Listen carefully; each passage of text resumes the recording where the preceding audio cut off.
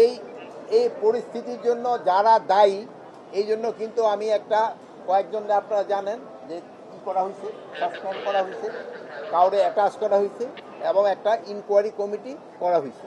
Inquiry কমিটিতে মনে হয় 3 দিন কার্য দিবসের ভিতরে মানে তাদের রিপোর্টটা সাবমিট করতে বলা হয়েছে এবং ওই রিপোর্ট সাবমিট করার পরেই যারা এটার জন্য দোষী তাদের এগেনস্টে আইনানুগ ব্যবস্থা নেওয়া হবে। অন্য উপদেষ্টা একটা জিনিস জানার বিষয়, সেটা হচ্ছে উপদেষ্টা সাবেক রাষ্ট্রপতিকে নিষেধাজ্ঞার ব্যাপারে একটা নিষেধাজ্ঞা ছিল এসবির পক্ষ থেকে আপনাদের কাছে পাঠিয়েছিল, সে বিষয়ে আপনারা কতটুকু জানেন? আমাদের কাছে এরকম কোনো নিষেধাজ্ঞা পাঠাইছে কিনা আমি জানি না। এটা বিভিন্ন মিডিয়া ছাপা হয়েছে। বিভিন্ন মিডিয়ায় তো অনেক সময় ভাই আপনি অনেক কথা একটা শোনেন, অনেক কথা বলে, কিন্তু আমার কাছে এই ব্যাপারে কোনো কিছু নাই। আপনি যেহেতু বললেন আমি আবার ইনভেস্টিগেশন করে দেব।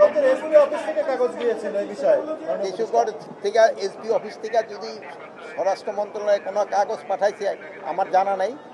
এই জন্য কিন্তু একটা ইনকোয়ারি কমিটি করা হয়েছে, যেহেতু ইনকোয়ারি কমিটিটা এটা পুঙ্খানুপুঙ্খানু দেখে এটার বিরুদ্ধে একটা আইনানুগ ব্যবস্থা নেওয়ার জন্য বলবে এবং এটার জন্য যারা দোষী তারা কেউ আইনের আওতায় তাদের শাস্তি পেতেই হবে।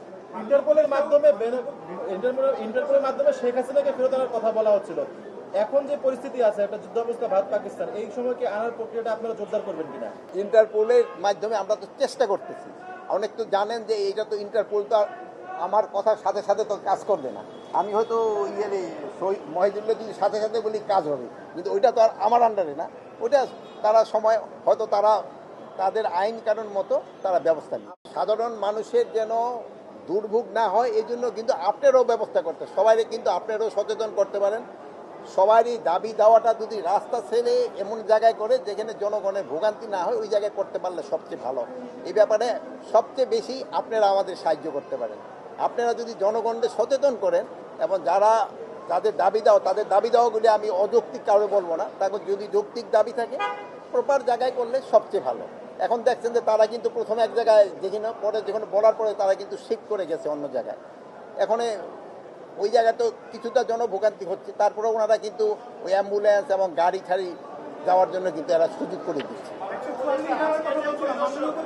এখন কোথায় অ্যাকচুয়াল 44 ধারা জারি, 44 ধারা কিন্তু আরও জারি করতে পারে, ওসিও জারি করতে পারে, ডিসিও জারি করতে পারে। এখন কোথায় 44 ধারা জারি আমি তো এই মুহূর্তে বলতে পারবো না।